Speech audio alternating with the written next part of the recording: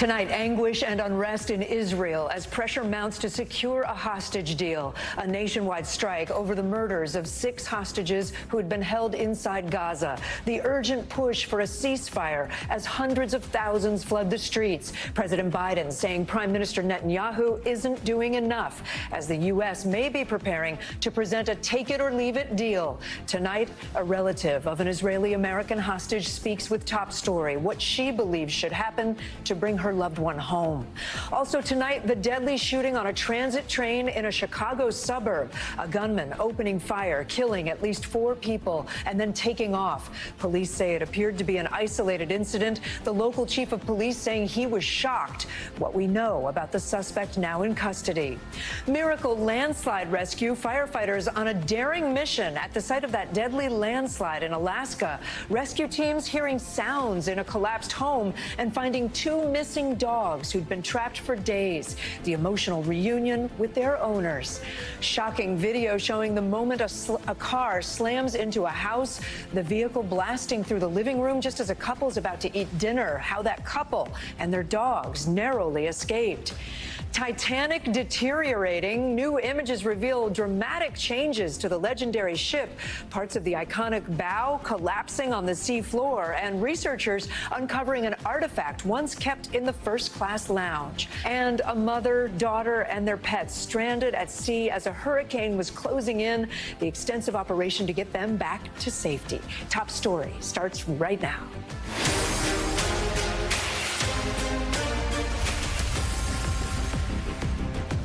Good evening, everyone. I'm Kate Snow in for Tom Llamas. This evening, pressure is increasing to strike a ceasefire deal as anger, grief, and frustration pour onto the streets of Israel.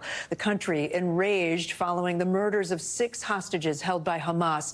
Their bodies were retrieved by Israeli soldiers over the weekend. Today, a nationwide strike brought the country to a standstill as hundreds of thousands took to the streets. Dramatic scenes playing out all across the country. Demonstrators setting fires and reports of fights outside the Prime Minister's house. The family of American-Israeli hostage Hersh Goldberg Poland delivering heartbreaking eulogies at their son's funeral as thousands of mourners filled the Hilltop Cemetery where Hersh was then laid to rest. Prime Minister Benjamin Netanyahu pushing back against calls from protesters and the international community to withdraw from Gaza, a main sticking point in ceasefire negotiations. In just a moment, we will speak with the niece of an American-Israeli hostage who is still being held captive in Gaza. But first, we start with NBC's Raf Sanchez and the latest on those protests. Tonight, protesters bringing their fury to the gates of Prime Minister Benjamin Netanyahu's Jerusalem residence. Public anger in Israel spiraling after the killing of these 6 young hostages and what demonstrators see as the government's failure to bring them home alive. The IDF says they survived more than 300 days in captivity, only to be murdered by their Hamas guards in a tunnel beneath Rafah late last week. Israeli troops reached the tunnel Saturday, but it was too late. Protesters say they could have been saved if Netanyahu agreed to a ceasefire deal. And today, labor unions ordered their 800,000 workers to strike, demanding he change course. President Biden adding to the pressure. Mr. President, do you think it's time for Prime Minister Netanyahu to do more on this issue? Do you think he's doing enough? No. Tonight, Netanyahu telling the families, I ask your forgiveness that we were not able to bring them back alive. But also giving no sign of backing down, repeating his demands that Israeli troops stay in control of the Egypt-Gaza border. He says it's necessary to stop Hamas smuggling in weapons, but it's been a key stumbling block in negotiations. And even Israel's defense minister says it's worth conceding to save the hostages. My sweet boy. Hours earlier, American hostage Hersh Goldberg Poland was buried in Jerusalem. For 23 years, I was privileged to have the most stunning honor to be Hersh's mama. I'll take it and say thank you. I just wish it had been for longer. His parents still wearing the pieces of tape counting the days since October 7th. Maybe, just maybe, your death is the stone, the fuel that will bring home the remaining 101 hostages. a nation's anger and a mother's grief. And Hirsch, there's one last thing I need you to do for us. Now I need you to help us stay strong. And I need you to help us survive. And Raf joins us now from Tel Aviv. Raf, what are the leaders of Hamas saying about the deaths of these 6 hostages?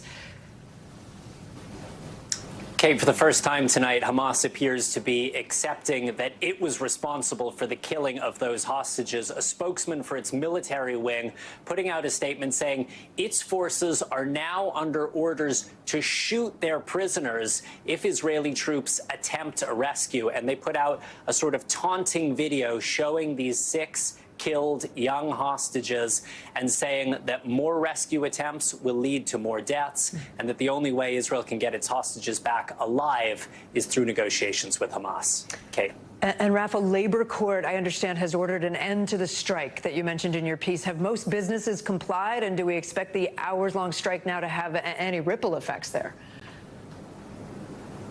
Yeah, Kate, so this strike was supposed to go on all day. A court stepped in earlier, so it only went for a couple of hours. It did cause delays at Israel's main airport. It shut down the banks. It did not paralyze Israel's economy. And the hope of the organizers is that that would really put pressure on Prime Minister Netanyahu to change course over a ceasefire deal. At this point, the labor unions have not called for any further days of strikes, and it's not clear how much impact this is going to have going forward. Kate.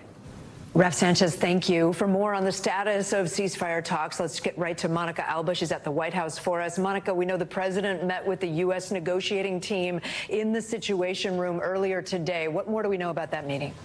Yeah, Kate, and those key players are usually in the region, but they were all in person today. People like Secretary of State Antony Blinken, CIA Director Bill Burns, and others who have been shuttling back and forth to the Middle East to try to advance the talks. And I'm told that they discussed the next steps here and what could potentially be done. The U.S. was already really pushing toward what they're calling a bridging proposal and a framework that could buy a bit more time to iron out some of the differences that Israel and Hamas still have. And then the news of this weekend with those murdered hostages, including one American, that just adds a new urgency to all of this. And so they had to try to get together and talk about what could come in the next few days and also try to figure out how to diplomatically advance this and see if any of those key negotiators might be returning to the region as soon as this week. Kate. And Monica, we've heard that the White House might be moving toward presenting a kind of take it or leave it deal for the two parties. What would that look like? And what kind of leverage does the U.S. have to try to impose that? And it's certainly risky, and there is no final decision that's been made to do that. But I am told that that was among the topics discussed this morning in the Situation Room, this idea that the U.S. could come out at some point in the near future and say this is the last final best offer to the negotiating parties to say you need to accept this, or it could mean the end of American-led negotiations. So, in effect, the U.S. in that scenario would walk away from their negotiating role. Again, there's nothing indicating that that's definitely what's going to happen, but we know at least that the National Security Advisor, Jake Sullivan, communicated that as a potential option in a virtual call with the U.S. hostage families yesterday. So at least that's something that's on the table as really the key closing factor here, because so far, as we know, Kate, nothing has worked, and this deal has still proved to be very elusive. Yeah, that's for sure. Monica, I also want to ask you about a call this morning that we understand the National Security Advisor, Jake Sullivan, had with both Israeli and Qatari officials. What more do we know? Essentially, Jake Sullivan has been working the phones all day long, I'm told. He's been talking to his key counterparts to, again, try to iron out some of the outstanding issues that are still really key. And these are things that even months ago had been a bit intractable. So there's this challenge of trying to figure out, do we keep pursuing in terms of the Biden administration and the officials that I speak to? That's the idea they're asking themselves. Do we keep at this? Do we see if we can make any more incremental progress? Or is there something else that needs to be attempted? And we know that Jake Sullivan is constantly in touch with those negotiators and with the key players, and that's expected to continue. And the next step would be, Kate, to see whether President Biden himself is also going to be reaching back out to some of these world leaders, which I think is likely given the events of the last couple of days. Kate? All right, Monica Alba, appreciate all your reporting. Thank you. As the families of those 6 hostages whose bodies were recovered from Gaza mourn their deaths, the families of 101 other hostages, including 7 Americans, are pushing for a deal to get the remaining captives released.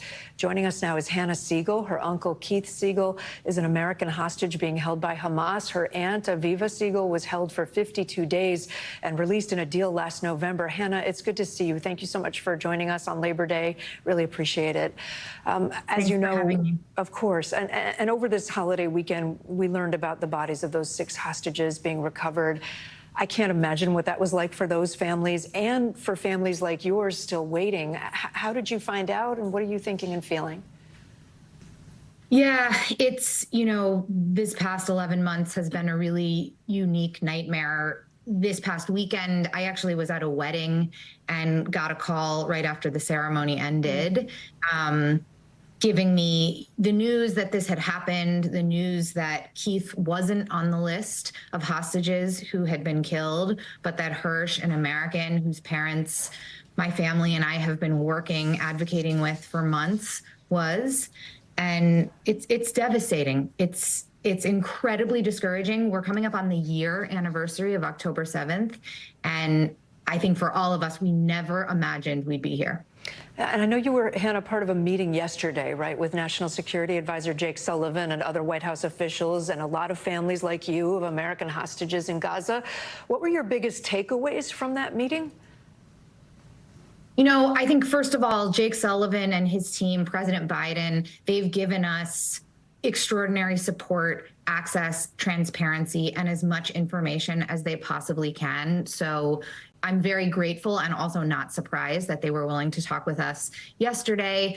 They continue to push for a deal. They continue to be our biggest champion, and I trust them in their commitment. I think the hard part is we're trying to make this deal. They are trying to make this deal between a terrorist group, Hamas, and a Prime Minister, Netanyahu, whose political future depends on continuing this war.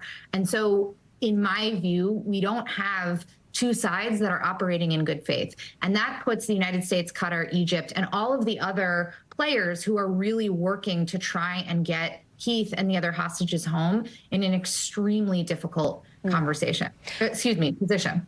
Yeah, and I wonder, Hannah, your aunt was released last fall. We mentioned this. A deal was negotiated then to get hostages out. Do you think that is the only way right now that the remaining hostages come home? It's really hard to think about. Aviva was released in November, and that was the biggest sign of hope for my family and for everybody else.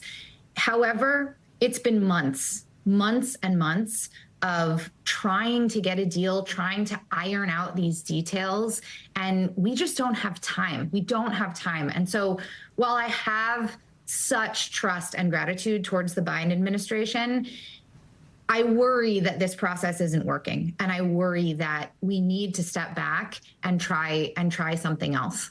What does that something else look like? Do you have any idea? I'm not a negotiator. I'm not a member of the National Security Council. I think that the Biden administration takes their responsibility to get the 7 Americans home very, very seriously, as well as the 101 hostages.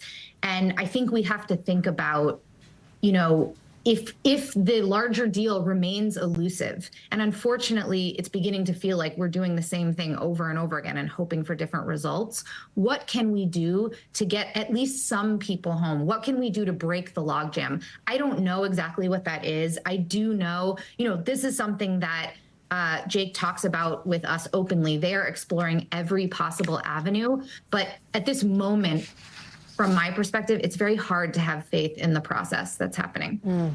It's hard to hear that from you. And it sounds like what you're saying, Hannah, is that you're not sure that even this moment, this weekend, with 6 people dead, is the moment that breaks the logjam and gets people to come to the table.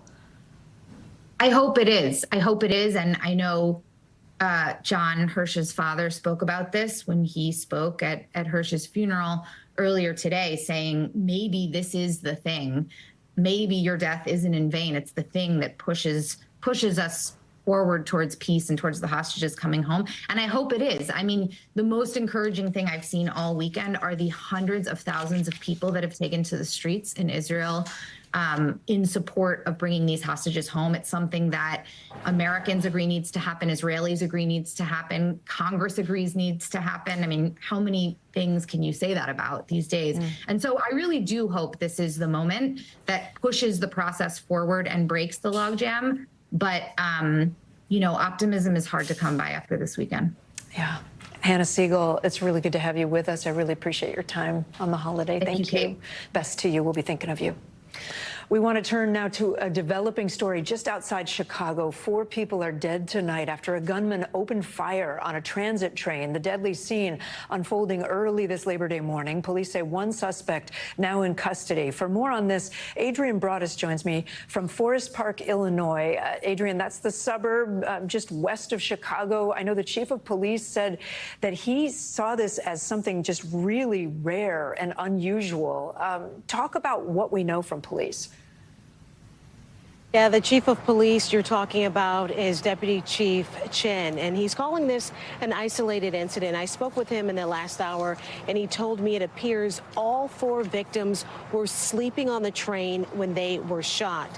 3 of the victims were in one car. They were not seated together. They were separated. The 4th was in another car. And this all unfolded earlier this morning, just before 5:30 a.m. The suspect is in custody. We do want to note that that person has not been charged yet. We still know very little about the suspect and what led to this shooting. That's a big piece of the puzzle investigators are trying to determine. What is the motive behind this, Kate? And Adrian, do we have any details about the victims in the shooting? So we're still waiting to learn more about the victims. We know the 4th person who was transported to a nearby hospital died at the hospital. Investigators tell me they believe that's a man in his 60s.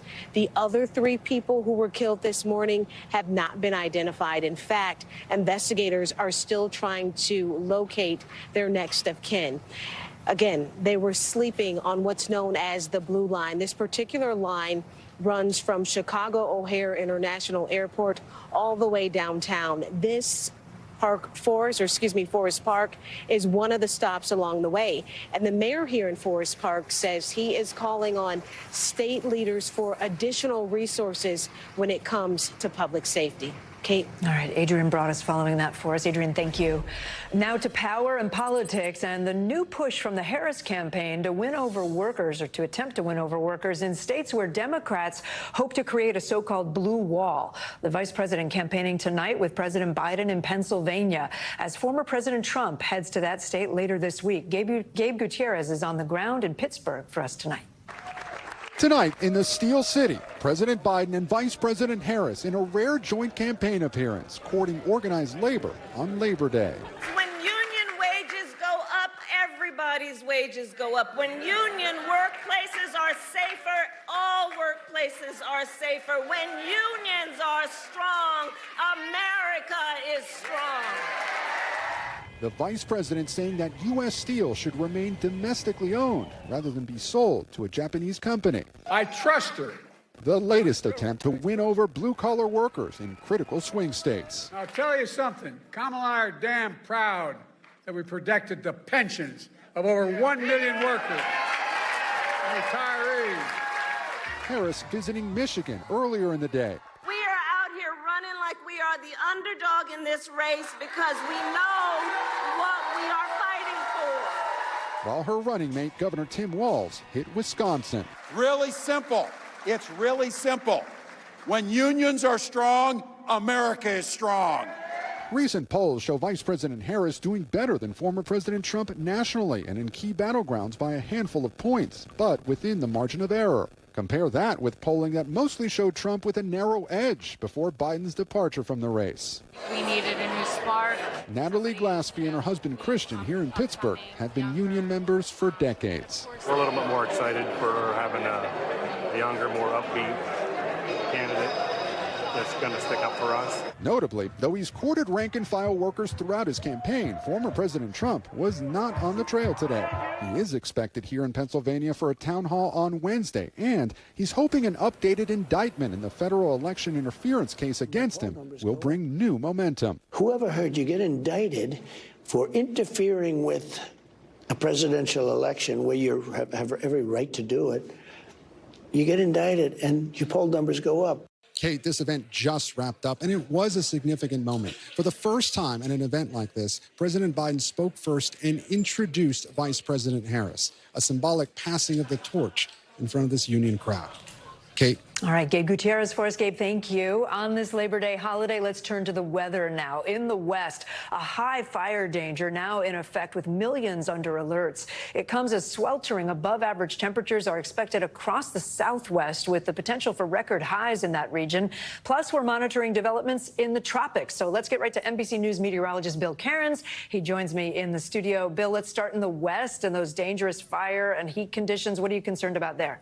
Yeah, Kate, as we started the summer, it was really hot in the West. We had a lot of big fires. Then everything kind of settled down. And now we're fearful, we're hopeful, but fearful of what could come. So we have red flag warnings that are widespread. This means that it's windy. This means that it's dry and the humidity's low. And if any fires form, they could rapidly spread. The key is if any form. And these do include areas from South Dakota into Wyoming, a good chunk of Idaho here in northern Nevada, the Salt Lake City area. And as far as the heat goes, summer's not over yet. I mean, we're under Los Angeles. We're under excessive heat warnings. We have heat advisories, Sacramento to Fresno. When we add it all up, it's about 32 million people. This is mostly peaking Wednesday, Thursday into Friday. So if we do get any fires out there, the firefighters, they have extreme heat to deal with. So average temperatures a little above tomorrow, but as we head towards the middle of the week, this is Wednesday. Look at Portland up to 93 degrees, Vegas 106, Phoenix jumps up to 110, and then by the time we get towards the weekend, the heat continues throughout this region, Kate. So,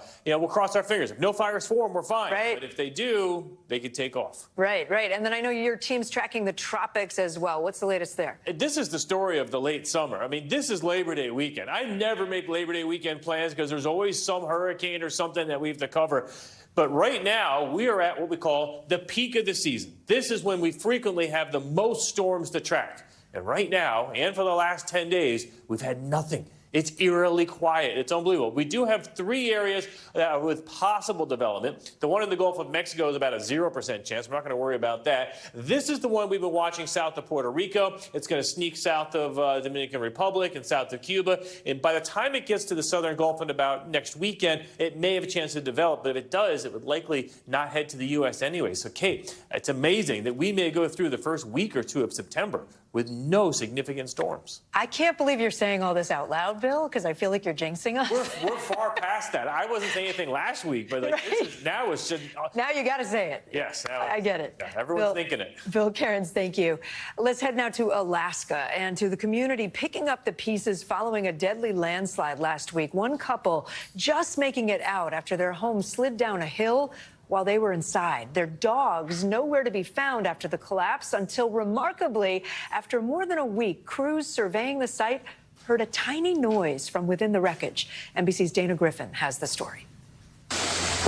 Inside this destroyed home in Ketchikan, Alaska, a decade of blissful memories for husbands William and James Montevere. So we've been together 42 years now. They were just days from closing the sale of this 3-story home. I told Bill, I said, you know what? I really love this house and I'm going to miss it. And 20 minutes later, it was all over. Your world literally turned upside down. Completely, yeah. Their house sliding 47 feet down this hill, crashing into another home. The hillside so unstable, the neighborhood was evacuated. It sounded just like a jet engine taking off. So I thought there was a jet crashing in. He thought a plane was about to land in the house, and the wall came and threw the sofa, threw me up into the ceiling where I dislocated my shoulder, and then dropped me back down on the sofa, which is where I cracked the 4 ribs. One person was killed in the landslide, and had it not been for their dishwasher, William believes he would have died too. So when the wall came down on top of him, it was actually protected by the dishwasher that he was under. So we owe a big thank you to Bosch. Thanks to rescuers, the couple managed to get out with injuries, but their optimism intact. However, their two dogs, Alani and Cassie, were nowhere to be found. Either they didn't make it, or somebody had found them and was holding on to them, but didn't know how to get in touch with us or whatever was going on. So we basically said our private goodbyes to them. 1 week after that horrific ordeal, engineers doing an assessment heard something unusual coming from inside that collapsed home. Heard a whimpering coming from the structure, so that kind of started a response from us. Firefighters assembled like heroes, crawling through the unstable house. It was like a 3-foot crawl space, so I shimmied through that and then back up into that 1.5 foot void to the couch. And I saw eyes. I was elated. I got a really high-pitched, excited voice. I was like, oh my God, I found the dog. I see eyes and they're blinking. The sisters were successfully pulled out. The pups, wrapped in blankets, safe in the arms of their rescuers. And you're doing cool too. Alani and Cassie finally reunited with their dads. How are your girls? They're wonderful. They're amazing. I mean, even the vet was surprised. Oh my gosh, yeah. I got goosebumps right now. Like, do you guys believe in fate? Yes. Yeah. Call it fate or good fortune. This couple sure has earned their fair share. A reminder that even when all is lost, love can find its way back. Dana Griffin, NBC News. Oh, Dana, thank you so much for that. Still ahead tonight, the terrifying close call inside a Phoenix home. We're going to show you shocking video, the moment a car plows through a living room, what we know about the driver, and how that couple narrowly escaped the crash. And could we see more listeria cases amid the deadly boar's head outbreak? We're going to speak with an expert, a doctor, about why it could take weeks for symptoms to show up. Plus, new photos of the iconic Titanic revealing a key piece of the ship is deteriorating. Those images, plus the remarkable discovery by a group of explorers. Stay with us.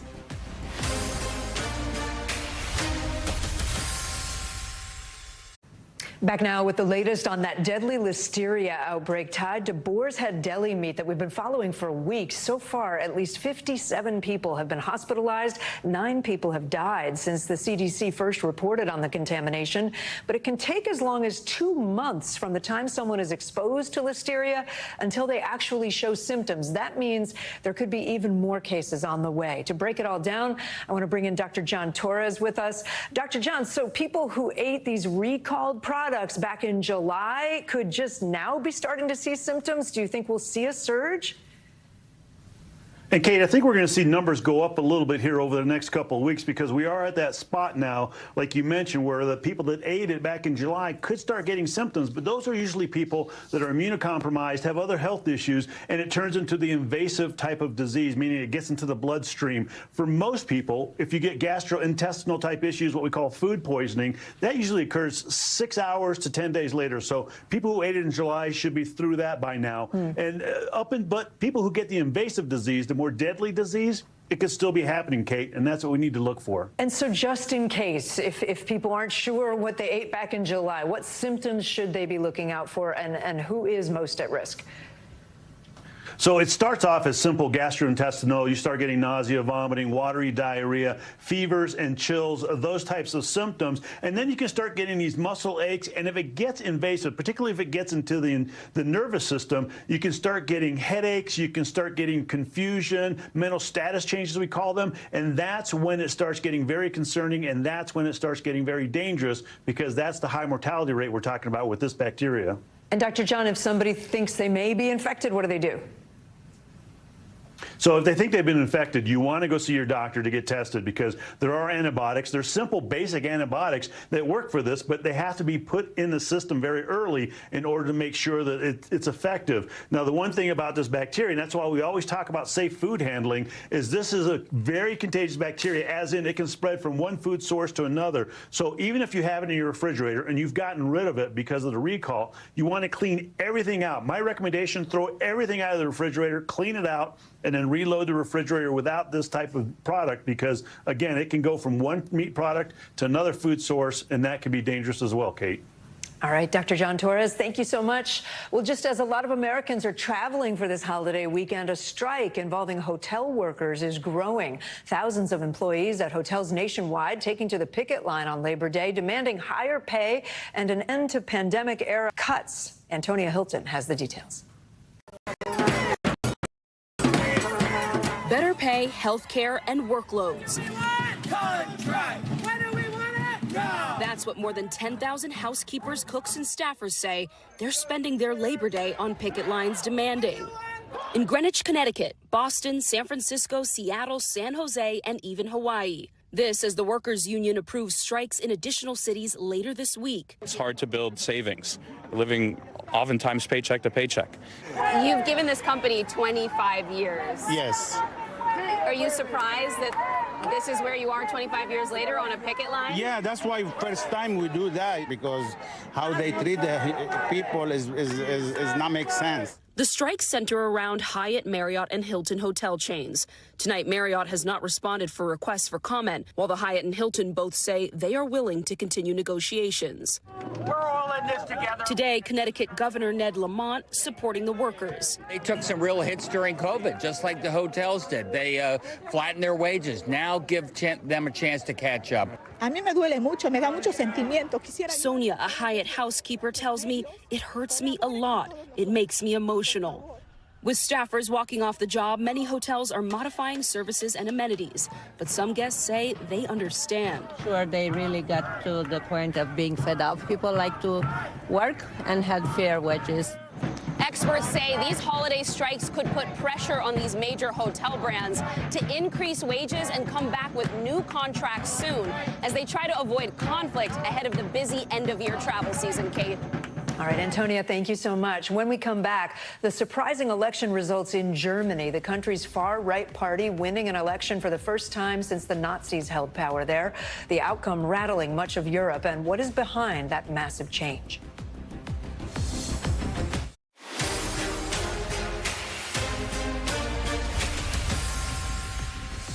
We are back with Top Stories news feed. Two people are lucky to be alive after a car slammed into their Phoenix home. A home security camera showing the couple and their 4 dogs. Look at that, in their living room when that car smashes through the wall. The couple is okay now. The dogs also were not hurt. Police arrested the driver, who they say may have been impaired. The U.S. has seized a plane used by Venezuelan President Nicolas Maduro. The DOJ says the plane was purchased illegally through a shell company for $13 million, which violates U.S. sanctions. All this comes as Maduro faces backlash at home and abroad over a contested election there. A harrowing rescue at sea saved a mom, a daughter, their cat, and tortoise off the coast of Hawaii. Rescuers first made contact last Wednesday after receiving a distress call from a sailboat overcome by intense waves. It happened nearly 1,000 miles east of Honolulu. The captain had died and a passenger lit off a distress flare. A Navy ship arrived early this morning, safely recovering the survivors as a hurricane approached. Heading overseas now to the stunning election results in Germany. For the first time since the Nazi Party during World War II, a far-right political party has won a state election in Germany. The party, known as the Alternative for Germany, has been dubbed an extremist group by intelligence agencies in the United States, or rather in the states where they are gaining power in Germany. NBC foreign correspondent Josh Letterman has more. Tonight, a political taboo has been shattered. A far-right party winning a state election in Germany for the first time since the Nazis, raising questions about Germany's political future and setting off alarm bells about the far-right's rise across Europe and beyond. The Alternative for Germany party, or AfD, taking first place in the East German state of Thuringia and second in neighboring Saxony. The AfD, formally accused by German intelligence of being an extremist group in both states. Front pages in Germany calling it a political earthquake and a slap by Germany's East. It's horrible. I find it unbelievable, this Berlin resident says. The AfD playing on fears about migration, especially by Muslim immigrants, and rallying opposition to foreign aid to Ukraine and to high costs of living. Parts of East Germany feel that they've been left behind. They feel like they are not necessarily getting their part of the pie. The AFD leader in Turinga telling supporters at his victory party, first they ignore you, then they laugh at you, then they fight you, and then you win. One of the biggest losers, Chancellor Olaf Scholz, whose deeply unpopular center-left party hemorrhaged votes. Some of his coalition partners didn't even meet the 5% threshold to serve in parliament. Scholz calling the results worrying, telling Reuters the AFD is ruining Germany's reputation. But the elections won't immediately change the way Germany is governed, in part because Germany's mainstream parties are vowing to block the AFD from forming a governing coalition. Tonight, AFD's leaders calling that threat undemocratic, saying Chancellor Scholz should take the hint and pack his bags. The election also bringing shocking success for the far left, including a brand new party, the BSW, that came in third in both states. Its leader, a former communist, echoing the far right in rejecting Germany's old guard of centrists, saying the message has arrived, people want change. It's a populist message voters have been sending more and more forcefully across Europe and even in the US. In the UK, the far-right Reform UK gaining ground, its leader Nigel Farage elected to parliament for the first time in July. And in France, the right-wing National Rally gaining dozens of seats, more than ever before, and leaving French government gridlocked for months. Should we expect more voters across Europe to take a gamble in the future on the far right? I think you're already seeing it. And by the way, our election is coming up in November, and it's a very similar situation here, I believe. The big question now is what all of this means for Germany's national elections set to take place next year, and whether the rest of the country will follow this sharp shift to the right. Olaf Scholz has said he plans to run again for chancellor next year, but this election dealt such a blow to Germany's centrists that there are questions now about whether his governing coalition can even hang on until next year. Kate? Josh Letterman for us. Josh, thank you. Staying overseas with Top Stories Global Watch now, starting with a tiger attack at a theme park in Australia. Police say the senior tiger handler suffered injuries to her arm at Dreamworld in Queensland. She was taken to the hospital, but is expected to be okay. Dreamworld's Tiger Island attraction is one of the few interactive tiger exhibits in the whole world. According to local media, 2 tiger handlers were also attacked back in 2011. And it appears the Olympic rings will remain a permanent part of the Eiffel Tower. The mayor of Paris announced the International Olympic Committee approved the decision to keep the rings on the iconic monument. They will be replaced, though, with lighter ones to withstand winter months. Some Parisians have criticized the move. Turning now to a striking discovery at the bottom of the ocean. The new dive to the wreck of the Titanic, revealing iconic parts of the ship are slowly falling apart. NBC's Ellison Barber has a look at the new changes to the world's most famous shipwreck. It's a view that's captured the public's imagination for decades. The bow and front railing of the Titanic, rising out of the cold depths of the North Atlantic.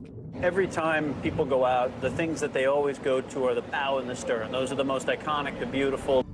An image so powerful. Okay, take her up and over the bow rail. Filmmaker James Cameron chose it to open his 1997 epic film about the ship. Later reimagining that same deck in its heyday. I'm the king of the world! But for a generation of explorers who dreamed of seeing that deck on display in the future, time is running out. And that's a big deal to us because Titanic's face is forever changed. New video shows that the bow, which miraculously remained intact for more than a century, is broken. A 15-foot section of railing, now on the ocean floor.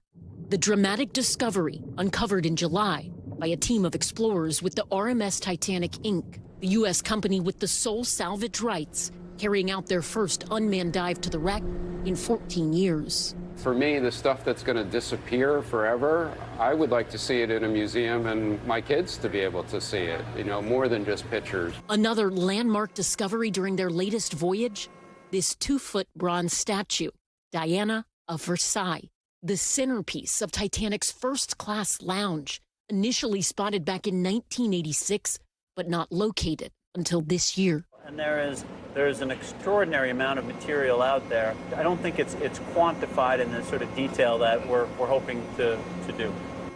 But this latest journey to the depths was bittersweet for many involved. He was known as Mr. Titanic because of the amount of times that he dive to the wreck. Veteran deep-sea explorer Paul-Henri Nargiolet was aboard the OceanGate submersible when it imploded last year.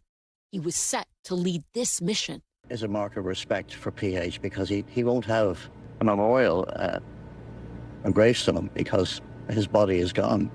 And so this, in many ways, is like a headstone or a tombstone for him. Nargiolet's body may be gone, but his determination to preserve and tell the story of the world's most famous ship lives on. Ellison Barber, NBC News. Ellison, thank you so much for that close look. When we come back, an exciting day in Paris as Team USA cleans up at the Paralympics. The paratriathlon athletes dazzling all the way to the podium, and one athlete's surprise proposal in the City of Love you won't want to miss.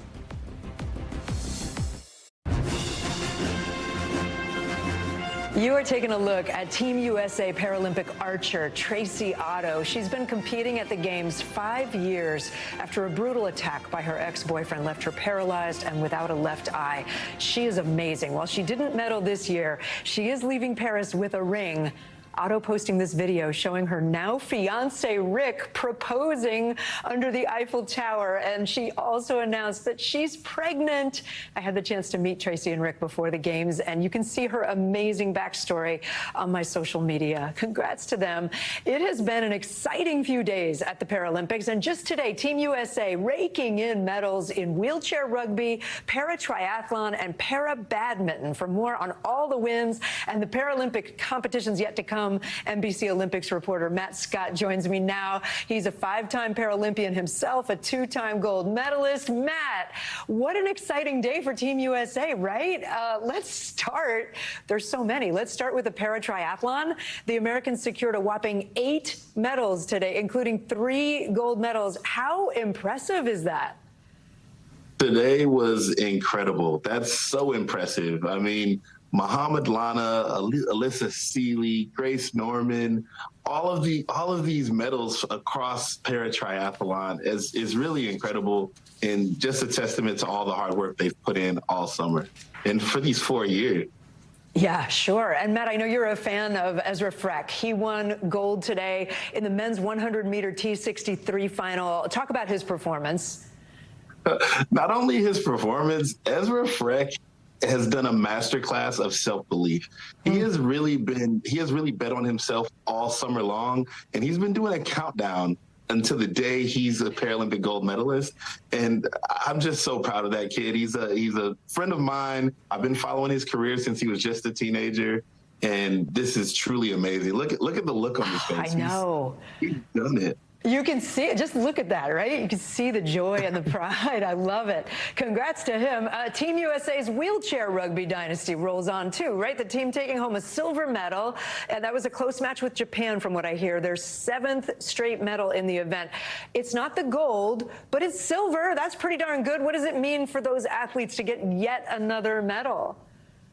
To be on the podium means everything, and they are representing their sport at the highest level.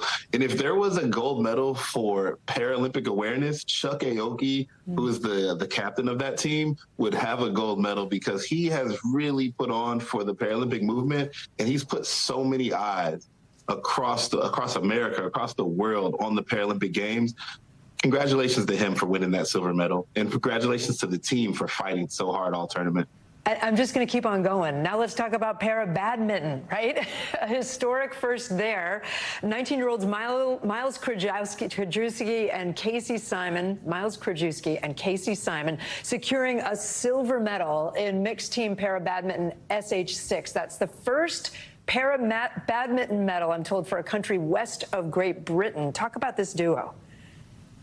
And I've heard that is that the first badminton medal across Olympics and Paralympics? That is truly a monumental day. This duo has really made history and made Paris 2024 something special for us all. And I saved your sport for last, if that's okay. Both men's and women's Team USA wheelchair basketball squads having strong showings heading into the quarterfinals now. How do we feel about their gold medal chances? So I've been fully immersed in everything wheelchair basketball. Obviously, the men's wheelchair basketball team is chasing their third consecutive gold medal. They're led by Steve Serio, who you see in this picture here, Trayvon Jennifer, who you see in the picture there, and Jake Williams has been having an amazing tournament. He is unstoppable offensively, and with the leadership of Trayvon Jennifer and also Steve Serio, this team is looking unstoppable. I really like their chances. And on the women's side, they have won 2 games and they've lost 1 game in pool play. They've been looking really strong. The team is having a great time both on the floor and off the court, which is really fun to watch. They're a joyful team, but they know how to get the job done when they're out on the court. There you see Becca Murray driving. They are a really strong team in both the men's side and the women's side. I'm expecting a gold medal finish. Matt Scott, love it. Thank you so much. Thanks for watching. Stay updated about breaking news and top stories on the NBC News app or follow us on social media.